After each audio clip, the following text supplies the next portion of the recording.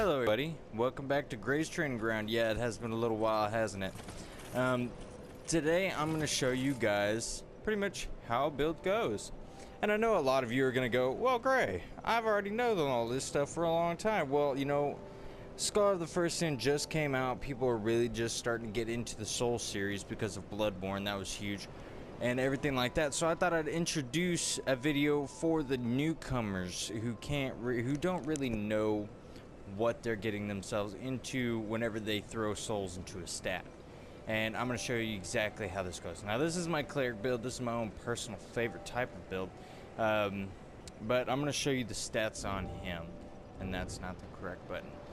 Player status. And my level is 119. I will not be stopping at 150, which is the meta or the general area in which most people stop. Not a lot of people, but well, I guess you could say a fair amount of people stop at 150 to kind of personalize your own build. Because after if you have 99 in every single stat, then everybody's build is going to be the exact same.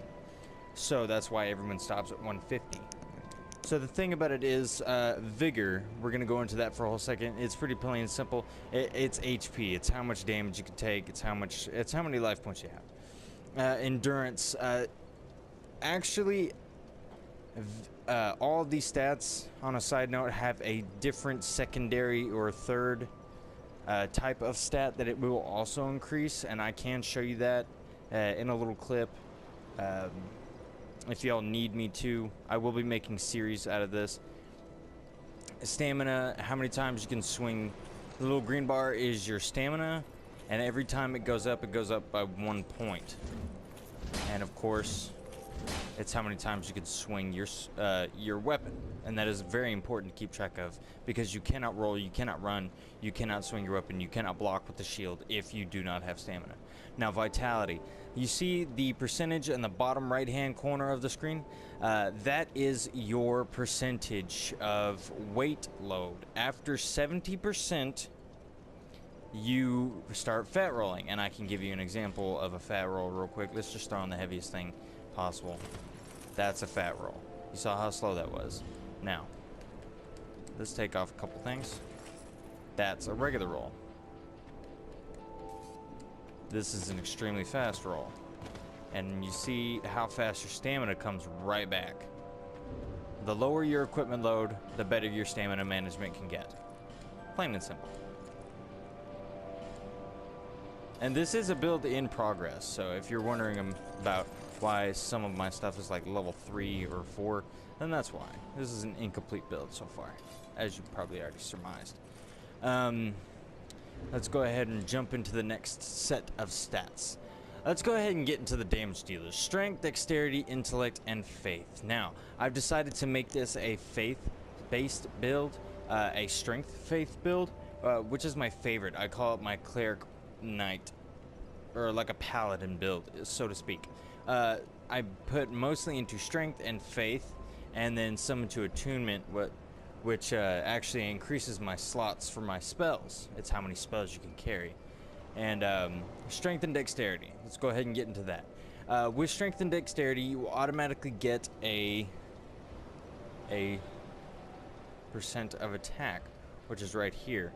Physical attack dexterity, physical attack strength. That determines how much you're going to get out of that. That is your bonus, which the hard cap for it, which is the limit you will never want to go past, is 50, because after that you're just wasting souls. Dexterity and strength have their own unique bonuses, which we will be talking about in a different video, but we're going to go ahead and jump into intellect and faith after that. Intellect and faith, these are your magic stats. Your magic stats, you know, intellect, you cast sorceries. Faith, you cast miracles. And I'll give you an example of a miracle right now. This is a miracle. You can use Great Heal. Heals you. Didn't have any life to lose. This is one of the more offensive spells. And here's a protective spell. This will protect me from dark, lightning, fire, and sorcery damage, which actually it's pretty useful if you have a high amount of physical defense. Throw this bad boy on. There's not a lot that can take you down. I'm using the second to best spear right here. This is a pretty good spear. Great lightning spear. I don't have many cast of it because of the fact that with your attunement, not only does it determine how many slots you have, but how many spells you can have of a single type of spell.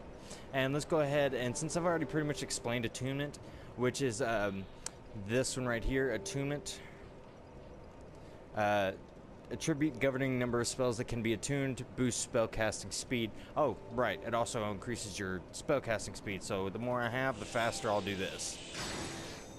Anyways, let's go ahead and jump back into the stats, and we're going to go ahead and jump into our last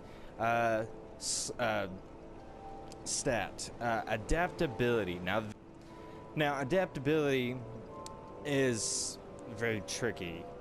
It gives you quite a few things, and it also makes a few resistances go up and a few things, you know, it moves a lot of stuff around. And it also does a little bit of behind the scenes stuff. So adaptability, let's go ahead and take a look at the description of it. Raises various attributes to ensure one's survival. Boosts agility and various resistances. Now, let's go over here. This is your agility. Boost ease of evasion and other actions. So pretty much what it means by ease of evasion is that the rolls, sometimes you'll find yourself getting caught inside of a roll and you're wondering, hey, what's going on with this? I was in a roll. I should be able to dodge this. Well, your agility, the higher it gets, the more invincibility frames you get, which is basically, since as you might already know, whenever you perform any action at all, it is determined by how many frames it goes through, which is how you determine, you know, how slow or fast you roll, how fast you cast your spells, how fast you swing your weapon. But agility actually makes it to where the frames, whenever you roll, you're invincible for more time during your roll, rather than, you know, being caught at a good portion of the end of your roll, like a second before your roll ends. Now, and other actions, whenever you pop a life gem, whenever you drink from your sippy, or aka your Estus cup, whenever you want to eat a twilight herb to get some of your spells back, anything, any item usage, anything like that, that agility will boost this. Now, let's go ahead and take a look at poise. This also increases the more adaptability you have. The ability to withstand the impact of attacks, in which what that means is, let's say I get hit by somebody, and it stops me from attacking. I'm in the middle of my swing, and he hits me, and it stops me. Well, the more poise you have, the less likely you will get hit, and you will keep swinging. So, that's poise. And you can stack quite a bit of poise. And the rest of them are pretty much basic resiliences. Resistance to petrify, curse, bleed, poison, dark, lightning, fire, magic, and physical. Those are all your resistances. BNS, boost the power of magic attacks. See, your BNS is basically your boosts. 152 on my lightning, because that's what faith is. It's pretty much lightning damage. Dark, poison, bleed, fire, magic, and these are your 2 attack and your physical attacks for your strength and your dexterity.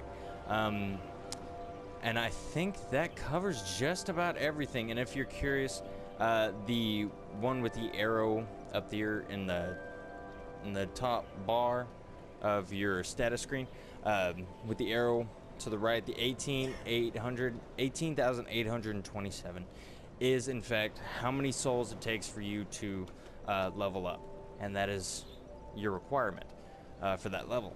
And the one right next to it with the little swirly on it that says 1,162,777, that is your soul memory. That is how many souls you have collected over the course of playing with the specific character. And and that's going to put you in the bracket with other characters with that same soul memory. Whatever they've used their souls for, whether or not they decided they wanted to die 2 times and lose 2 million souls, that is still going to count towards your soul memory. So be very, very careful with what you do with your souls. And I will see you guys later.